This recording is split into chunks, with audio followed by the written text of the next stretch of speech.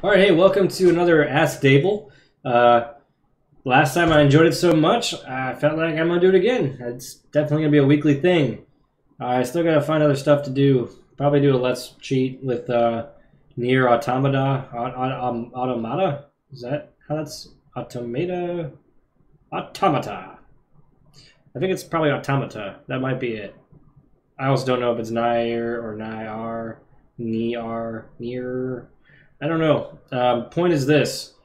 People have questions today, this week, and I have answers, probably. Hopefully. So, first one. Company is trying to dip into March Dimes money from EMF 57.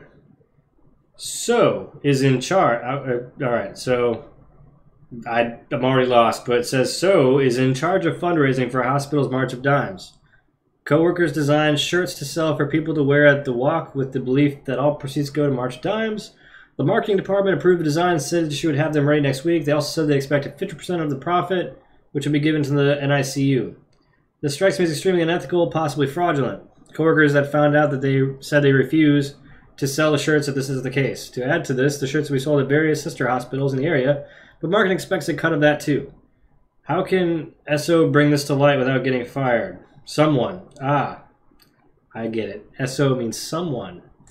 TLDR, hospital wants cut of fundraising before it's passed on to March of Dimes.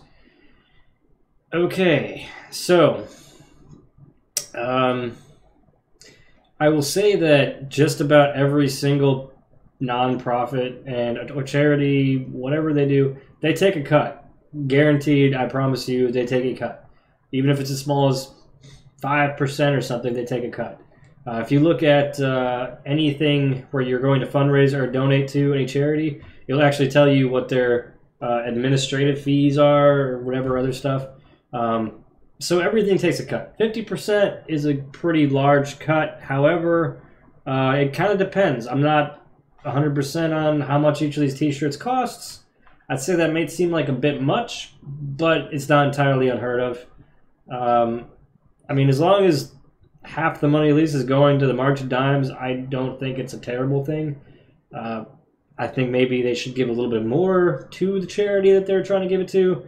But, you know, it's at the end of the day, if they're not going to do anything, then March Dimes won't get any money from it all. So sell the t-shirts, make some money for March Dimes.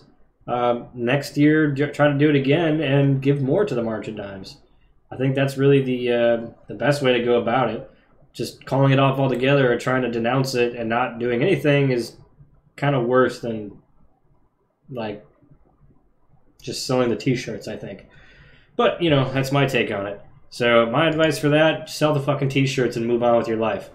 Agreed to pick up a friend from the airport any time convenient for me. He missed his flight and now the time is inconvenient. Am I obligated to get him? No. Not even going to read this whole damn thing. Alright, I'm going to read the whole damn thing.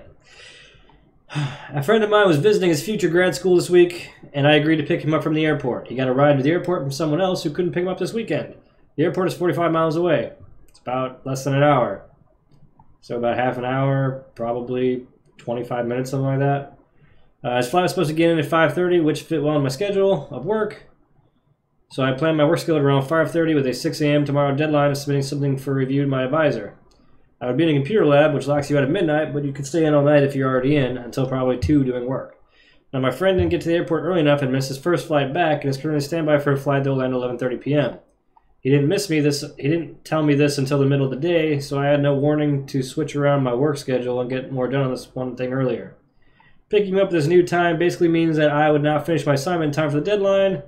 It's also late for me to be driving, blah, blah, blah. Can't find anyone to drive down with me to make sure I stay awake. Am I still obligated to pick him up even though I agreed to a different time? No, you're not obligated to pick him up. You also don't have to be friends with someone. So, I mean, really, you know, if it was my friend, I'd pick him up because that's what friends do. They kind of help each other out. But if he's not really a good friend, then say screw it and move on with your life. Tell him he needs to get Uber or Lyft or something that's not completely out of the realm of possibility. I mean, it's a 30-minute drive, probably. It's not very far. whatever. You do what you got to do. But my advice on this one is just go pick him up. You know, man up, woman up, whatever you got here. But whatever. My ex-partner and I recently ended things, but we're supposed to attend Coachella Music Festival in April. The relationship ended 2 months ago. Should we still go as friends in a group? We were friends for 2 years prior to dating, and I'm hoping we can get back to that. Thanks, everyone. Chances are, by the way, it's from Bryce Peterson. So, pretty much no. I mean, yeah, go, but, you know, you can't really stay friends. It's hard. Trying to go back to being friends is kind of hard to do because it's like you're going to date other people, and the other person's going to be like, I remember that time we did that stuff, and I'm going to tell your boyfriend and girlfriend about that, whatever. And whatever. It's not a good time. Just don't do that. Don't make life harder on yourself. Just kind of like, you know, hang out when you have to, but I would say, yeah, go. Screw it. Have a good time, but just because you're going with somebody doesn't mean you have to spend the whole time with them, right? I want to move halfway across the world. Do it. I'm 21 female that lives in Canada. Ever since I was younger, I've always wanted to move out of here. Yeah, you live in Canada. I would agree. You should move out of there. No, seriously though, Canada's not a beautiful place. It's just, you know, not my cup of tea, really. I can't really pinpoint out exactly why, but I've always had this feeling inside of me that I just don't belong here. This feelings have been growing on me lately, and it was mainly because I absolutely hate the weather we've been getting. I hate winter. I hate the cold. All right, I don't have to read the rest of this. The answer is yeah, get the fuck out of there. If you don't like the climate you're in, the beauty of it is you can move. You can go anywhere the hell you want. In Canada, you're basically, you know, halfway American, I guess. I mean, you could probably get through and get a work visa, no problem, coming down to Florida and work down in Florida or California or Texas or Arizona, anywhere else that's warm all year round. And yeah, see what it's like. If you like it, then, you know, become a citizen. I will say do it the legal, correct way because, you know, that's the right thing to do. It takes time, but, you know, if you're 21 years old, you got nothing but time. So work a job, get ready, figure out, you know, somewhere you can come down to the U.S., live for a while off a work visa or something, and then, you know, that's it.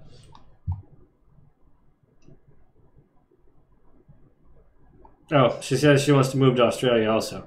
Yeah, go to Australia. There's kangaroos. They punch the shit out of things. Okay, Australia's pretty cool. You can hang out there, and there's a lot of dangerous shit there. There's a lot of crazy crap that happens in Australia, though. And the toilets flush backwards. Like, not like they go counterclockwise instead of clockwise. It's anyway. Oh my god. I don't live an interesting life and really feel close to ending it. From Anon876545. Basically, I'm a sophomore in college. I fucked up freshman year. I had so many friends, but I really felt this girl who I've been talking to once I found out we were going to the same college. I went out with this girl for over a year. I've loved her more than anyone I've been with. And I've heard enough. So, your problem is that you're a puss. The issue here is that you need to stop worrying about this chick that you were dating and just kind of move on with your life. There's really nothing worth killing yourself over, especially not some piece of ass that you just had recently and how you broke up and whatever. I don't care. He says his roommate has gross farts. Oh, man. Who cares? Find a different roommate, man. Like, life is not always going to be the same thing over and over again. Grand, I mean, yeah, you've got some stuff going on that's kind of trivial and stupid right now, but man, go somewhere else in the world and figure out what it's like to really have like problems. Like, these first world problems you have right now, definitely not worth killing yourself over. But really, though, get help if you are seriously wanting to kill yourself, because you should get help. That's it. But really, though, just grow up and stop being such a puss. This is ridiculous. I gotta kill myself because my girlfriend. I don't even think he even says he's gonna kill himself. Just says that in the title, which it means, you know, trying to get attention for the most part. So, again, get help, because I don't want you to hurt yourself for real. But at the same time, stop being such a drama queen. It's time to move on and live with, like, you know, some stuff sucks. Sometimes stuff's gonna be pretty cool. I'm putting in laminate flooring in my house, and, like, sometimes it sucks because, like, trying to get these stupid little corners out of things sucks ass. But when you get those cuts perfectly and it's, like, fits super snug and it looks right, it just feels so good to see something work. Maybe that's what you need to do. Build something. Learn to do woodworking or something. Do like a good hobby that's going to actually give you something to be proud of. That's probably what would help you out here. That's my advice. Do laminate flooring.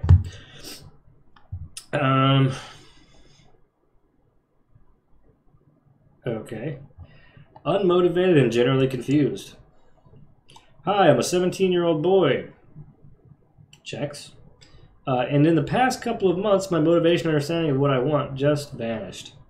I smoke weed or tobacco every day, and I'm wondering if this is the reason, but I don't know. My friends do the same, and they seem to be managing okay. I can't just stop smoking. It's what me and my friends do without my friends. I'll only be in a worse situation, surely. Okay. I feel so lost in the moment, but it's a stretch. It's just such a dead feeling. I don't know what to do. What to eat, what to say, anything. If you're fucking stoned all the time, you pretty much eat whatever, man. Everyone knows that. You just... I'm not saying I ever smoked the weed, but I will say that I had some friends that smoked a lot of it, and they never had any issues figuring out what the hell they wanted to eat. I might be a little dramatic. I might be being a dramatic little cunt who needs to man up, but I don't know. If anyone says to me that my life seems less happy now. Yeah, you have pinpointed your issue perfectly. Stop being that thing you just said that you were. I wouldn't call you that. I wouldn't call anybody that. But I will agree with you calling yourself that. But yeah, man up and just stop being a little bitch about things. Because there's really nothing that's like that dramatic about anything you just said. You're 17, you spend all the time in your parents' life. If you can't handle this right now, I don't know what to tell you. Really, you should be focusing on what the hell you're going to do once you get out of high school. If you graduate, if all you do is smoke weed and cigarettes all day, I don't know what the hell I can't imagine you're doing that great in the first place. Maybe you're not even in school. But the point is, get something done, move on with your life. And yeah, smoking weed all the time will probably make you not motivated and feel like doing nothing. So probably cut that out. If you say you can't do that, bullshit, you can quit. I used to smoke all the time, cigarettes. And even though I still want to smoke, I don't. You just got to have willpower.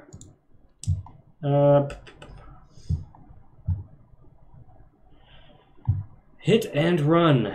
Okay. This is by Car Hit Run. I was involved in a hit and run in Texas last night. Stupidly, I'm the one that drove away. The woman from the car I hit came out yelling at me with her friend and recording me in my car with her phone, and I got scared and didn't know how to deal with it, so I fled.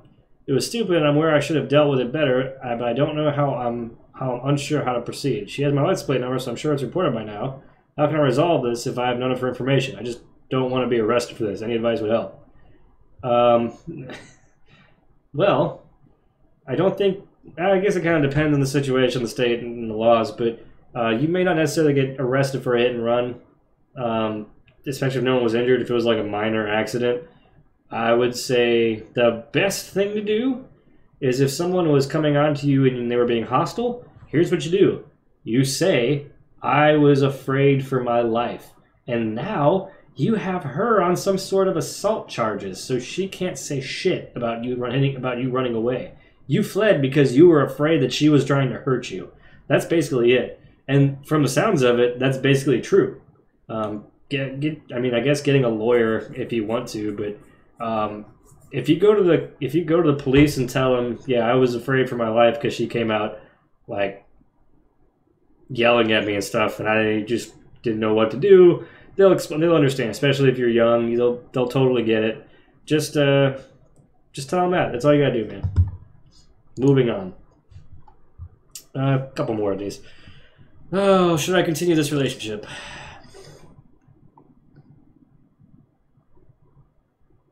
It just says A, so B. No, don't. Take option B. Oh, fucking... Would feminism just be a new way of disguised misandry? Is that like misogyny, but misandry? Alright. I got told off for merely just making an observation of a woman's chest, and I think it's unfair. Don't I have the right to express desire over women? It just seems to me that men are being emasculated. Yeah, pretty much. So, It kind of depends on the context. If you're talking to another dude and you want to talk about some chick's boobs, I would say most guys don't have a problem with that. But if you walk up to the person you're talking about their rack and say, hey, you got a nice rack, sweetie, that's probably not in your best interest. Shouldn't do that. That's kind of just rude. Maybe not the gentlemanly thing to do. Really nothing about that, being nothing about that is emasculating. It's more or less just you being a douche. Yeah. I mean, I guess there's a kind of a double standard there. Because if a chick walked up to me and said, you have a nice package, I'd be like, thank you. I appreciate that. I'd be a little bit weirded out, but I wouldn't be upset about it. I'd probably be like, cool. I'd tell my wife. I'd say, hey, somebody told me I have a nice package today. No, I didn't pull it out. It was just, I don't even know how. I had like the David Bowie thing going, I guess. I don't know. I wore sweatpants. But no, that's just stupid. Don't fucking do that. You're an idiot. Yeah, you're a fucking idiot. That's my advice to you. Stop being a fucking moron. Okay. Should I go queer to help decrease the surplus population? This can't be serious. Seems like the moral choice. Well, you do you. You don't have to be, you don't have to go gay to do that. You can just not reproduce. It's probably a good option for you.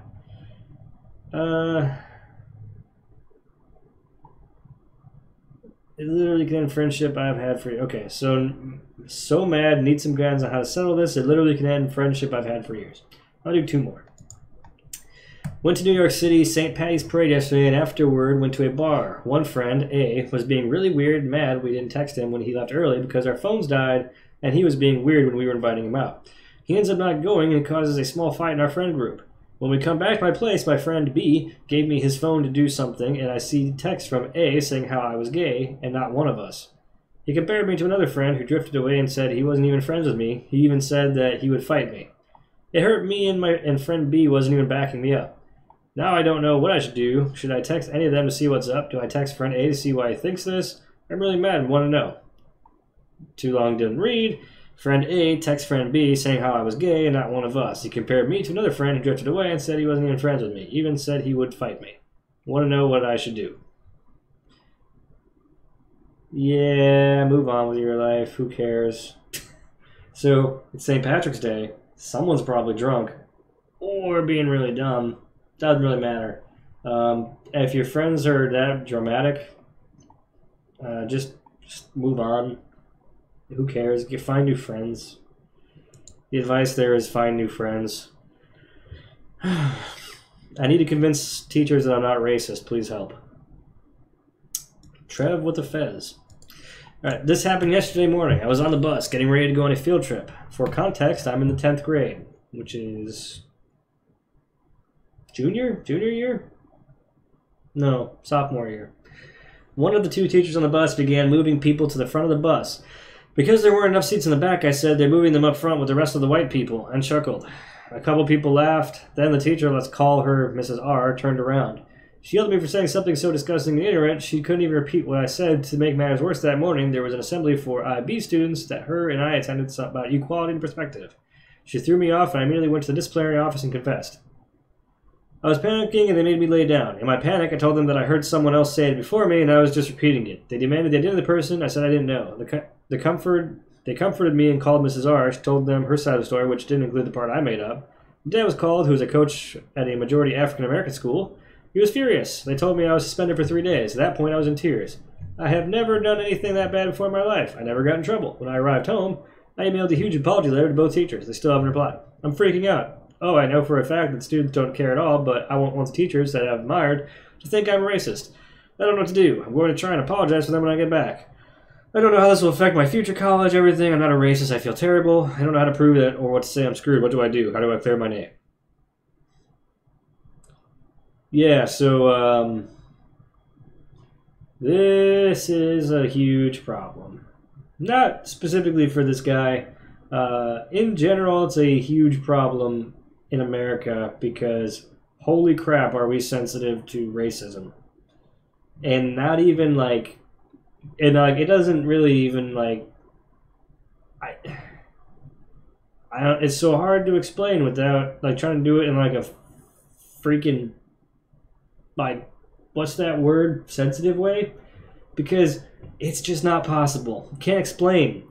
If it's like, okay, if I had the white people entertainment network, or white entertainment network, that would be racist as shit. But if we have BET, that's fine because they're marginalized. And now it's kind of like we're just marginalizing, but it's okay to marginalize all the white people because they are the majority, sort of still.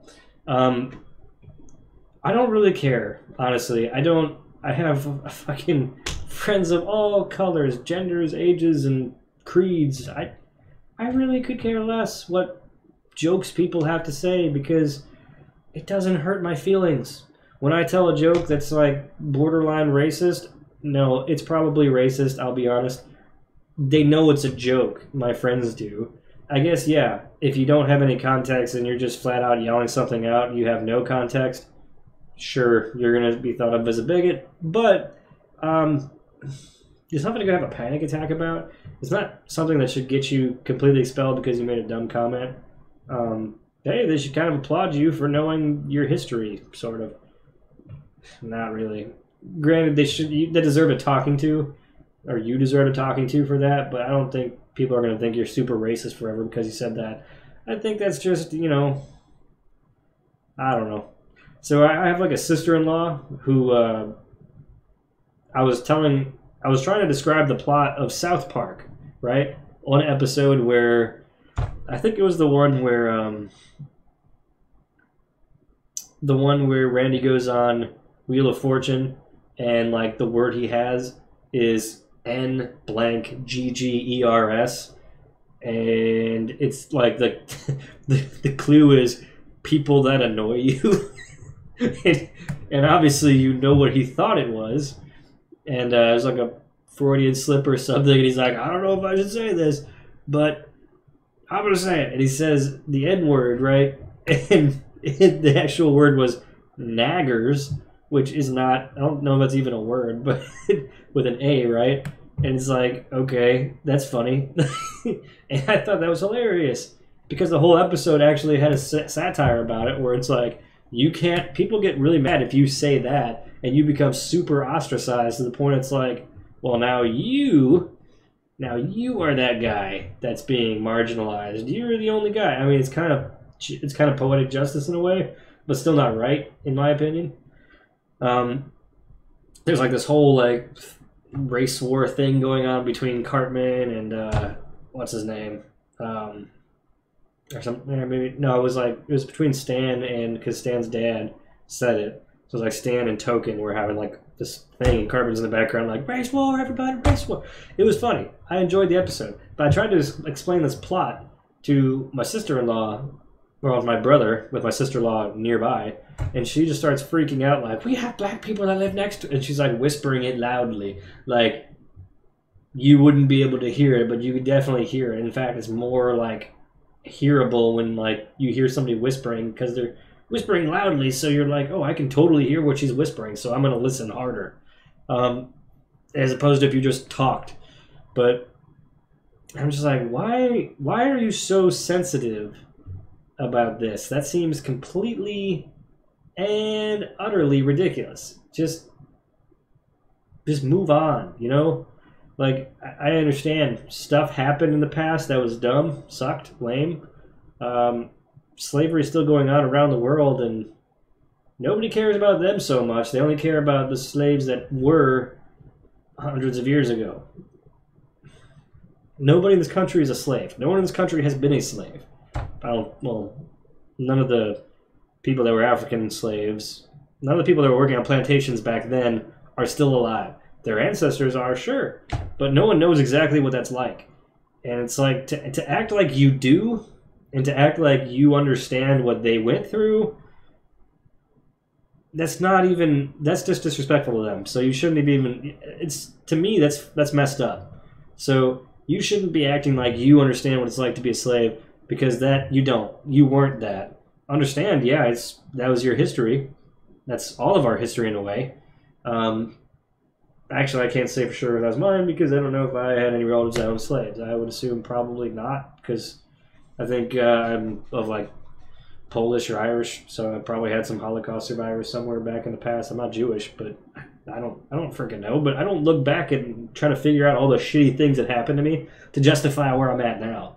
I just kind of did everything I could to move forward and get to a good spot in my life so that I didn't have any issues. So that's kind of where I'm at on that one. My advice to you is just to let it go. People will eventually forget and forgive. I mean, especially when she finds out as you're freaking out because you were so upset about it. But if they don't forgive and forget, if they can't let that go, if they really think you're a racist, then that person is a real asshole. And that's all there is to it. But that's pretty much all for this advice. I appreciate you guys watching.